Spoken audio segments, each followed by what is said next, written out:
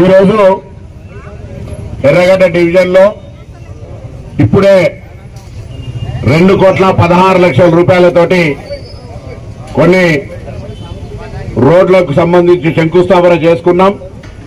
ఇక్కడ ఇప్పుడు 54 లక్షల రూపాయలతోటి మురుగునీటి కాలువలకు సంబంధించి ఇతరత్ర పనులకు సంబంధించినటువంటి ఫౌండేషన్ వేసుకున్నాం. ఇక్కడ 4 పనులు, అక్కడ ఒక 6 పనులకు గాను మనం ఈరోజు శంకుస్థాపన చేసుకున్నాం. పనులు కూడా టెండర్లు అయిపోయి ఈ రోజు నుంచే ప్రారంభమవుతాయి.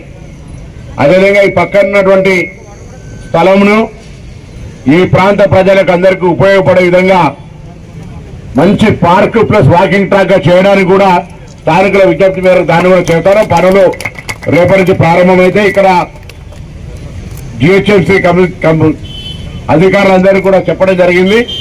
ఇది గట్టిగా ఉండడం కంటే ప్రజలకు ఆరోగ్యాన్ని ఇచ్చే వాకింగ్ ట్రాక్ మంచి ప్లాంటేషన్ చేసి ఒక పార్క్ గా చేయడం కూడా జరుగుతుంది. దీనికి మనందరూ కూడా అటైకామేనా ఆ ప్రపోజల్ అమలు అయిపోయింది. రేపటి నుంచి పని షురు అయిపోతుంది.